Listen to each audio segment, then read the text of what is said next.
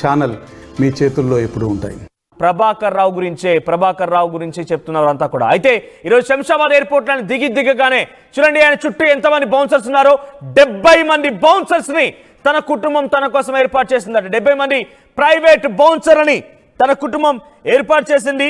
Media ప్రతినిధులు question చేస్తే వారిపైన కూడా దాడి చేశారట. మీడియా ప్రజలు అక్కడికి చేరుకొని ప్రభాకర్ రావు వచ్చి రాగానే ఏం చెప్పాలనుకుంటున్నారు, ఆరోగ్య పరిస్థితి ఎలా ఉంది, విచారణ ఏం చెప్తారు, విచారణ ఎదుర్కోవడానికి సిద్ధంగా ఉన్నారనేటువంటి క్వశ్చన్స్ గాను మీడియా ప్రతినిధుల పైన అక్కడి బౌన్సర్స్ దాడి చేశారట. ఇక దాడిలో పలువురు మీడియా ప్రతినిధులు కూడా గాయపడ్డారు. సుమారుగా ప్రభాకర్ రావు 10 గంటల ప్రాంతంలో సిట్ విచారణ హాజరవుతారని తెలుస్తోంది. సో 70 మంది బౌన్సర్లతో వచ్చి రాగానే శంషాబాద్ ఎయిర్పోర్ట్ లో ఒక హైడ్రామా సృష్టించారు ఆయన. బౌన్సర్లు ఏకంగా ఎయిర్పోర్ట్ సిబ్బందితో పాటుగా మిగిలినటువంటి కొంతమంది ప్రయాణికుల పైన కూడా బంధువులు బౌన్సర్లు దాడి చేసినట్టు తెలుస్తోంది. సో మీడియా ప్రజలపైన దాడికి సంబంధించి ఒకసారి లైవ్ దృశ్యాలని ఆర్టీవీ స్క్రీన్ పై చూడండి. ఒకసారి ప్రభాకర్ రావు వచ్చి రాగానే ఎటువంటి సినారీ నెలకొందో శంషాబాద్ ఎయిర్పోర్ట్ లో ఆ దృశ్యాలు గమనించండి.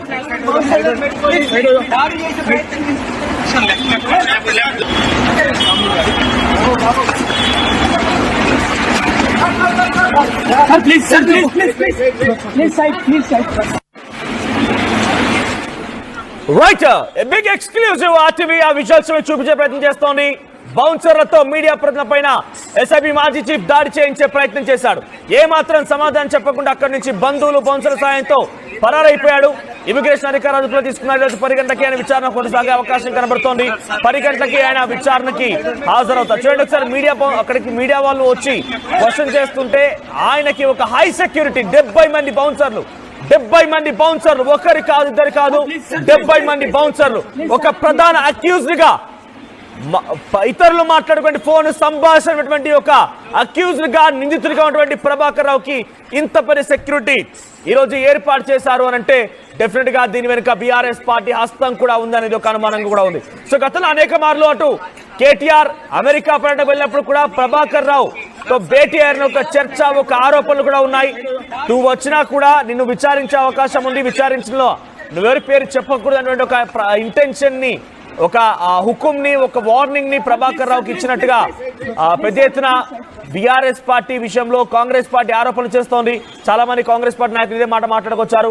చూడండి ఆయన రాగానే ఒంటరిగా వచ్చారు, కానీ వచ్చిరాగానే వందల సంఖ్యలో బౌన్సర్. ఇక్కడ దాడి తాలూకు దృశ్యాలు చూడండి. ఇక్కడ దాడి తాలూకు దృశ్యాలు, తర్వాత అరెస్ట్ దృశ్యాలు మీరు ఆర్టీవీ స్క్రీన్ పైన చూస్తున్నారు. వచ్చిరాగానే ఆ బౌన్సర్ అందరినీ పక్కన పెట్టేసి ప్రభాకర్ రావును అరెస్ట్ చేశారు పోలీసులు. ఒకసారి ఆ లైవ్ విజువల్స్ చూద్దాం.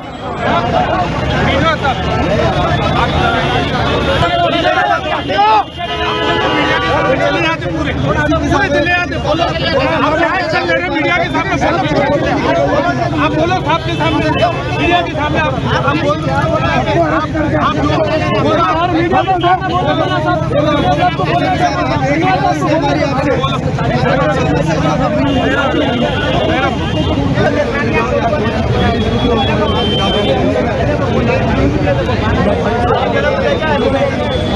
हमारे जाड़ों में तो उनको मारे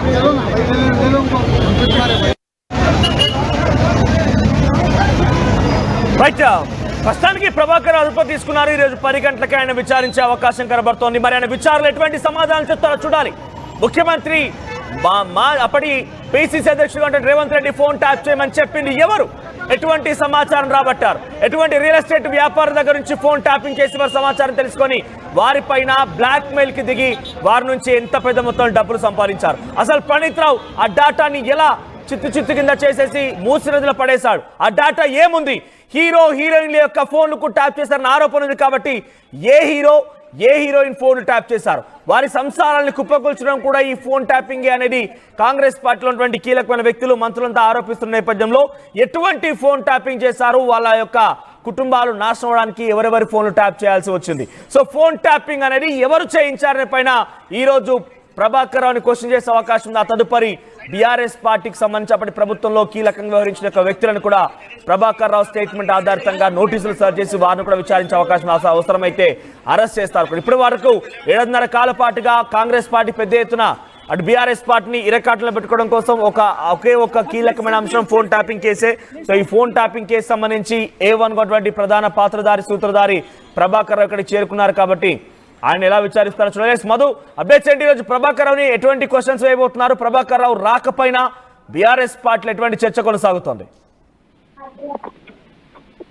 అంటే అప్పుడు బీఆర్ఎస్ అధికారంలో ఉన్నప్పుడు ఈ ఆదేశాలు ఎవరు ఇచ్చారు, ఎవరి ఫోన్లు ట్యాప్ చేయమన్నారు అనేటువంటి దానిపైన ఆరా తీసే అవకాశం ఉంది. దానికి సంబంధించి దాంతో పాటు డేటా ధ్వంసానికి సంబంధించి ఎవరి నుంచి ఆదేశాలు అందాయి, ఎందుకు కాంగ్రెస్ అధికారంలోకి వచ్చిన తర్వాత ఇప్పటి వరకు సేకరించిన ఇంటెలిజెన్స్ సేకరించిన డేటాను ఎందుకు ధ్వంసం చేశారు, డిజిటల్ రూపంలో ఉన్నటువంటి డేటాని అనేటువంటిది. దాంతో పాటు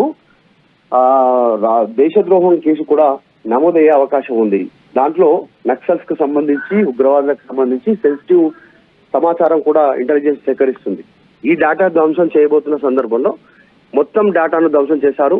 దాంతో గతంలో ప్రభుత్వంలో ఉన్నటువంటి ఇంటెలిజెన్స్ సేకరించిన డేటా కూడా మాయమైంది. సో చాలా పెద్ద కేసు ఇది, చాలా పెద్దగా దీన్ని విచారించేటువంటి సిచ్యువేషన్ ఉంది. అందుకే ఇన్ని రోజులు పట్టింది ప్రభాకర్ రావు తిరిగి విచారణకు రావడానికి, ఆయన విచారణ సందర్భంగా ఇక్కడ హాజరు కావడానికి.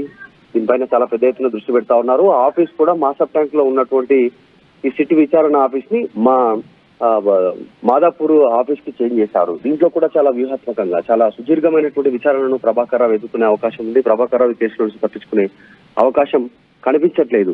ఇప్పటికే కేసులో చాలా మంది జైలుకు వెళ్లారు, మరి తిరిగి బెయిల్ పైన రిలీజ్ అయినటువంటి పరిస్థితి ఉంది. సో ప్రభాకర్ రావు కూడా ఖచ్చితంగా జైలుకు వెళ్లే పరిణామాలు కనిపిస్తా ఉన్నాయి. కాకపోతే ప్రభాకర్ రావు నోరు విప్పితే ఎవరి పేర్లు బయటకు వస్తాయి అనేటువంటిది చర్చనీయాంశంగా మారుతా ఉంది. ప్రభాకర్ రావు ఎందుకంటే అప్పుడు ముఖ్యమంత్రిగా కేసీఆర్ ఉన్నారు, మంత్రులుగా హరీష్ రావు ఉన్నారు, కేటీఆర్ ఉన్నారు. వారి ఆదేశాల మేరకు ప్రభుత్వంలోని కీలకమైనటువంటి వ్యక్తులుగా ఉన్నటువంటి పరిపాలనలో వారి ఆదేశాలను పాటించారా, లేదంటే సాధారణంగా ఇంటర్వ్యూ చేసేటువంటి పని చేశారా? వాళ్ళు చేస్తే ఎందుకు కుటుంబ సభ్యుల ఫోన్లను ట్యాప్ చేయాల్సి వచ్చింది? ఆ ట్యాప్ చేస్తే ఆ వివరాలను ఎందుకు ఎవరికి ఇచ్చారు? వ్యక్తిగతంగా ప్రభుత్వమే తెలుసుకునే ప్రయత్నం చేశారు. ఫోన్ ట్యాపింగ్ అంటే ముందు అసలు ఆ సాఫ్ట్వేర్ ఎక్కడి నుంచి కొనుగోలు చేశారు, ఆ స్పైని ఎక్కడి నుంచి కొనుగోలు చేశారు, దానికోసం డబ్బులు వెచ్చించింది ఎవరు? ఒక బీఆర్ఎస్ పార్టీ మాజీ ఎమ్మెల్సీఏ దీనికి అత్యధిక మొత్తంలో డబ్బులు సమకూర్చారు. ఆయన ఇటీవల కాలంలో మరోసారి ఎన్నికల్లో రంగంలోకి దిగారనేటువంటి ఒక చర్చ అప్పుడు మొదలైంది. సో ఇప్పుడు అసలు ఆ సాఫ్ట్వేర్ని ఎక్కడి నుంచి కొనుగోలు చేశారు, దానికి డబ్బులు ఎవరు సమకూర్చారు, ఆ సాఫ్ట్వేర్ ద్వారా ఎంతమందిని మీరు ఇప్పుడు ఈ రకంగా ట్యాప్ చేయడం జరిగిందనే విషయాన్ని పోలీసులు రాబట్టే అవకాశం ఉందా? అంటే ఆ కీలకమైనటువంటి వ్యక్తి ఎవరైతే డబ్బులు వెచ్చించారో ఈ సాఫ్ట్వేర్ కొనుగోలు కోసం, ఈ స్పైవేర్ కొనుగోలు కోసం ఆ విషయాన్ని కూడా పోలీసులు ఈరోజు రాబట్టబోతున్నారా? ఇలాంటి స్పైవేర్ ని ఎక్కువగా వాడేది ఇజ్రాయెల్ కంట్రీ వాడుతుంది. ఇజ్రాయెల్ నుంచి కొనుగోలు చేసే అవకాశం ఉందనేటువంటిది గతంలో ప్రభుత్వ వర్గాల నుంచి, అంటే కాంగ్రెస్ అధికారంలోకి వచ్చినాక సమాచారం ఇచ్చే ప్రయత్నం చేశారు. అత్యాధునికమైనటువంటి టెక్నాలజీ, కొన్ని మీటర్ల వరకు ఇంట్లో ఉన్నటువంటి ప్రతి వ్యక్తి ఫోన్ మానిటరింగ్ చేయొచ్చు.